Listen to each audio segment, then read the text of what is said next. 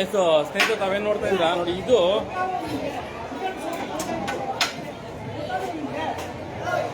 ಮೈಸೂರಿನ ಉಟ್ಕಳ್ಳಿನಲ್ಲಿ ನಡೀತಾ ಇರೋ ಒಂದು ಚಾಮುಂಡೇಶ್ವರಿ ಹಬ್ಬದ ವಿಶೇಷತೆ. ಚಾಮುಂಡೇಶ್ವರಿ ಹಬ್ಬ ಇವತ್ತು ಇಡೀ ರಾಜ್ಯದಲ್ಲಿ ಮನೆ ಮಾತಾಗಿರುವಂಥದ್ದು. ಮೈಸೂರು ಚಾಮುಂಡೇಶ್ವರಿ ಅಂತಂದ್ರೆ ಕೇವಲ ಬರೀ ಮೈಸೂರಿಗೆ ಒಬ್ಬರಿಗೆ ಅಲ್ಲ, ಇಡೀ ರಾಜ್ಯದ ಜನತೆಗೆ ಮೈಸೂರಿನ ಚಾಮುಂಡೇಶ್ವರಿ ಹಬ್ಬದ ಆಷಾಢ ಮಾಸದ ವಿಶೇಷತೆಗಳನ್ನು ಕೂಡ ನಾವು ನೋಡ್ತಾ ಇದ್ದೀವಿ. ಈ ರಾಜ್ಯದ ಮೂಲೆ ಮೂಲೆಗಳು ಕೂಡ ಆಚರಣೆ ಮಾಡ್ತಾರೆ. ಏನು ಆಷಾಢ ಶುಕ್ರವಾರ ಬರುತ್ತೆ, ಆ ಶುಕ್ರವಾರದ ಎಲ್ಲ ಕಾರ್ಯಕ್ರಮಗಳು ಕೂಡ ಮಾಡುವಂಥದ್ದು. ಹಾಗಾಗಿ ತಾವು ನೋಡ್ತಾ ಇರುವಂಥದ್ದು ಉಟ್ಕಳ್ಳಿ ಗ್ರಾಮ, ಏನು ಉಟ್ಕಳ್ಳಿ ಎಕ್ಸ್ಟೆನ್ಷನ್ ಏರಿಯಾ ಮೈಸೂರು. ಆ ಉಟ್ಕಳ್ಳಿ ಎಕ್ಸ್ಟೆನ್ಷನ್ ಏರಿಯಾದಲ್ಲಿ ಇವತ್ತು ಬಹಳ ದೊಡ್ಡ ಮಟ್ಟದ ಒಂದು ಕಾರ್ಯಕ್ರಮನ ಆಯೋಜನೆ ಮಾಡಿದ್ದಾರೆ, ಪೂಜಾ ಕಾರ್ಯಕ್ರಮ. ಆ ಪೂಜಾ ಕಾರ್ಯಕ್ರಮಕ್ಕೆ ಬಂದಂತ ಭಕ್ತಾದಿಗಳಿಗೆ ಲಘು ಉಪಹಾರದ ಕೂಡ ವ್ಯವಸ್ಥೆ ಮಾಡಿರೋದು ಇಲ್ಲಿ ನೋಡ್ತಾ ಇದ್ವಿ. ಈ ವರ್ಷದ ವಾರ್ಷಿಕೋತ್ಸವಕ್ಕೆ ಪ್ರತಿ ವರ್ಷನೂ ಕೂಡ ಸಹಸ್ರಾರು ಮಂದಿ ಇಲ್ಲಿನ ಭಕ್ತಾದಿಗಳು ಕೂಡ ಬರ್ತಾರೆ. ಜೊತೆಗೆ ಈ ಒಂದು ಯುವಕ ತಂಡ ಏನಿದೆ, ಆ ಯುವಕ ತಂಡ ಕೂಡ ಇದನ್ನ ಆಯೋಜನೆ ಮಾಡುತ್ತೆ. ಮುಖ್ಯ ವೇದಿಕೆಯಲ್ಲಿ ಎಲ್ಲರೂ ಕೂಡ ಇರ್ತಾರೆ. ಮತ್ತೆ ಇದೇ ಒಂದು ಕಾರ್ಯಕ್ರಮಕ್ಕೆ ಬಂದಂತಹ ಡಾಕ್ಟರ್ ಜಿ ನಾಗರಾಜ್ ಬೈರಿ ಅವರು ಕೂಡ ಈ ಒಂದು ಕಾರ್ಯಕ್ರಮಕ್ಕೂ ಕೂಡ ಒಂದು ದಾಸೋಹಕ್ಕೆ ಚಾಲನೆ ಕೂಡ ಕೊಡ್ತಾರೆ.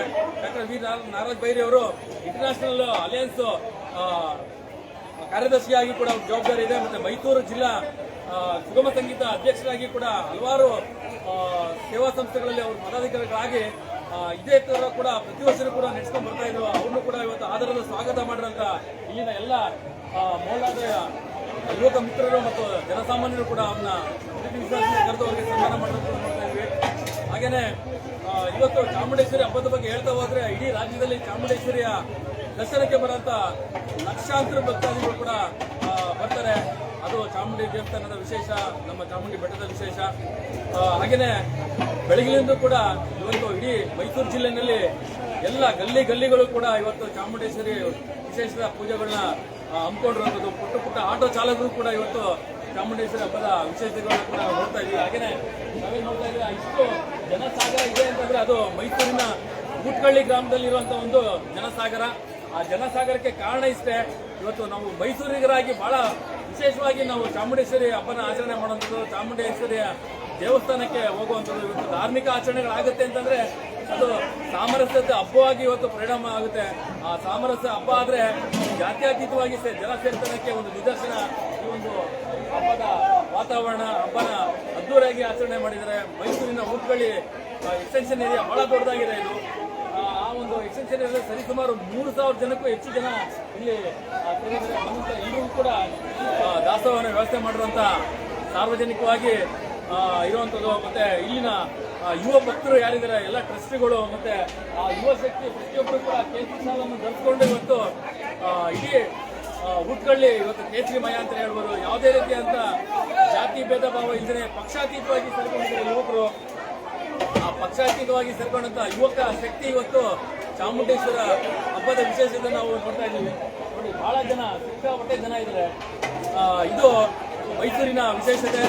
ಈ ತರ ಮೈಸೂರಿನಲ್ಲಿ ಗಲ್ಲಿಯೂ ಕೂಡ ಇವತ್ತು ಚಾಮುಂಡೇಶ್ವರಿ ಹಬ್ಬದ ವಿಶೇಷತೆಗಳನ್ನ ಮಾಡ್ತಾ ಇರುವಂತಹ ಭಕ್ತಾದಿಗಳು. ಇವತ್ತು ಹಿಂದೂ ಸನಾತನ ಧರ್ಮಿಗಳೇನಿದ್ದಾರೆ ಅವರು ಇವತ್ತು ಕೇಸರಿನ ಒಟ್ಟು ಪ್ರತಿಯೊಬ್ಬರು ಆ ಯುವಕ ಮಿತ್ರರು ಕೇಸರಿನ ಹಾಕೊಂಡು ಕೇಸರಿ ಶಾಲೆ ಹಾಕೊಂಡು ಬಹಳ ವಿಜೃಂಭಣೆಯಿಂದ ಗಲ್ಲಿಗಳಲ್ಲಿ ಇವತ್ತು ಚಾಮುಂಡೇಶ್ವರಿ ಹಬ್ಬವನ್ನು ಆಚರಣೆ ಮಾಡ್ತಾರೆ ಕೂಡ ನೋಡ್ಬೋದು.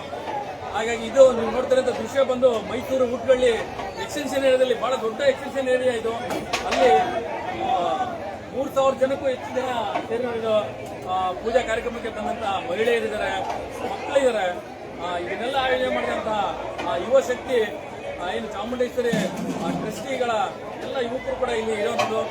ಈ ಒಂದು ಕಾರ್ಯಕ್ರಮಕ್ಕೆ ಡಾಕ್ಟರ್ ವಿ ನಾಗರಾಜ್ ಬೈರವರು ಕೂಡ ಬಂದರು ಅಂತ ಹೇಳಿದೆ. ಹಾಗೆಯೇ ಅವರು ಬಂದಂತಹ ಸಂದರ್ಭದಲ್ಲಿ ಅವರು ದಾಸೋಹಕ್ಕೆ ಚಾಲನೆ ಕೊಟ್ಟು ಅವ್ರ ಕೈಯಿಂದ ಒಂದಷ್ಟು 100 ಜನಕ್ಕೆ ಅವರು ಕೂಡ ಲಘು ಉಪಹಾರ ಕೂಡ ಕೊಡಿಸಿದ್ರು. ಜೊತೆಗೆ ಇಲ್ಲಿ ಅವರು ಪ್ರತಿ ವರ್ಷನೂ ಕೂಡ ಭಾಗಿಯಾಗ್ತಾರೆ. ಇವತ್ತು ಜನನಾಗಿಯಾಗಿ ಡಾಕ್ಟರ್ ವಿ ನಾಗರಾಜ್ ಬೈರವರು ಕೂಡ ಈ ಒಂದು ಕಾರ್ಯಕ್ರಮಕ್ಕೆ ಬರ್ತಾರೆ. ಇದೊಂದೇ ಅಂತಲ್ಲ, ಊಟ್ಕಳ್ಳಿಯಲ್ಲಿ ನಡೆದಂತ ಪ್ರತಿಯೊಂದು ಕಾರ್ಯಕ್ರಮ ಕೂಡ ಡಾಕ್ಟರ್ ನಾಗರಾಜ್ ಬೈರಿ ಅವರು ಬರ್ತಾರೆ. ಹಾಗೆ ಎಲ್ಲ ಯುವಕ ಮಿತ್ರರು ಕೂಡ ಇಲ್ಲಿ ಬಹಳ ಅದ್ದೂರಿಯಾಗಿ ಆಚರಣೆ ಮಾಡಿದ್ದಾರೆ. ಒಂದು ಮೈಸೂರಿನಲ್ಲಿ ಒಂದು ಎಕ್ಸ್ಟೆನ್ಷನ್ ಏರಿಯಾ ಅಂತಂದ್ರೆ ಬಹಳ ದೊಡ್ಡ ಎಕ್ಸ್ಟೆನ್ಷನ್ ಏರಿಯಾ ಬಂದು ಅದು ಊಟ್ಕಳ್ಳಿ. ಆ ಊಟ್ಕಳ್ಳಿಯಲ್ಲಿ ಇಷ್ಟು ಯುವಕರು ಭಾಗಿಯಾಗ್ತಾರೆ ಅಂತಂದ್ರೆ ಇವತ್ತು ಯುವಶಕ್ತಿ ಧಾರ್ಮಿಕ ಆಚರಣೆಗಳಲ್ಲಿ ಬಹಳ ದೊಡ್ಡ ಮಟ್ಟಕ್ಕೆ ಭಾಗಿಯಾಗ್ತಾರೆ ಅನ್ನೋಕ್ಕೆ ನೇರ ನಿದರ್ಶನ ನೀವು ನೋಡ್ತಾ ಇದ್ದೀವಿ.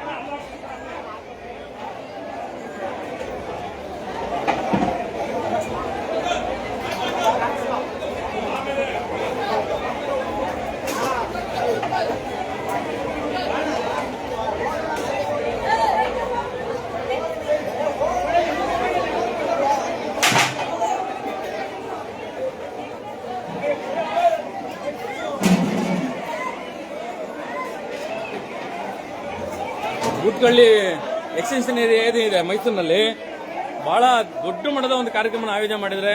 ಪೂಜಾ ಕಾರ್ಯಕ್ರಮದ ಜೊತೆಗೆ ದಾಸೋಹ ಕಾರ್ಯಕ್ರಮಕ್ಕೆ ಎಲ್ಲ ಯುವಕರು ಕೂಡ ಬಂದು ಇಲ್ಲಿ ಭಾಗಿಯಾಗಿರೋದು ನಾವು ನೋಡ್ತಾ ಇದ್ದೀವಿ. ಪ್ರತಿ ವರ್ಷವೂ ಕೂಡ ವಾರ್ಷಿಕೋತ್ಸವ ಆಚರಣೆ ಮಾಡ್ತಾರೆ. ಅದರಲ್ಲೂ ಬಹಳ ದೊಡ್ಡ ಮಟ್ಟದ ಆಚರಣೆ ಅಂತಂದ್ರೆ ಅದು ಮತ್ತೆ ಇದೊಂದು ಏರಿಯಾದಲ್ಲಿ ಇದೊಂದೇ ಕಡೆ ಅಲ್ಲ, ಇದೇ ಊಟ್ಕಳ್ಳಿನಲ್ಲಿ ಬೇರೆ ಬೇರೆ ಕಡೆನೂ ಕೂಡ ಆಯೋಜನೆ ಮಾಡಿದರೆ. ಆ ಬೇರೆ ಬೇರೆ ಆಯೋಜನೆ ಮಾಡಿದಂತಹ ಕಾರ್ಯಕ್ರಮಗಳನ್ನ ಇವತ್ತು ನಿಜವೂ ಬಹಳ ಧಾರ್ಮಿಕ ಆಚರಣೆಗಳಲ್ಲಿ ಇವತ್ತು ಹಿಂದೂ ಸಮಾಜ ಎಷ್ಟು ಜವಾಬ್ದಾರಿ ತಗೊಳ್ಳೋಕೆ ಅನ್ನೋದಕ್ಕೆ ಮುಖ್ಯ ನಿದರ್ಶನವಾಗಿ ನಾವು ನೋಡ್ತಾ ಇದ್ದೀವಿ. ಇಲ್ಲಿನ ಟ್ರಸ್ಟಿಗಳು ಬಹಳ ಜವಾಬ್ದಾರಿ ತಗೊಂಡು ಇಷ್ಟು ದಾಸೋಹಕ್ಕೆ ವ್ಯವಸ್ಥೆ ಮಾಡಿರೋದು, ಪೂಜಾ ಕಾರ್ಯಕ್ರಮಕ್ಕೆ ವ್ಯವಸ್ಥೆ ಮಾಡೋದು ಕೂಡ ವಿಶೇಷ ಅಂತಲೇ ಹೇಳ್ಬೋದು.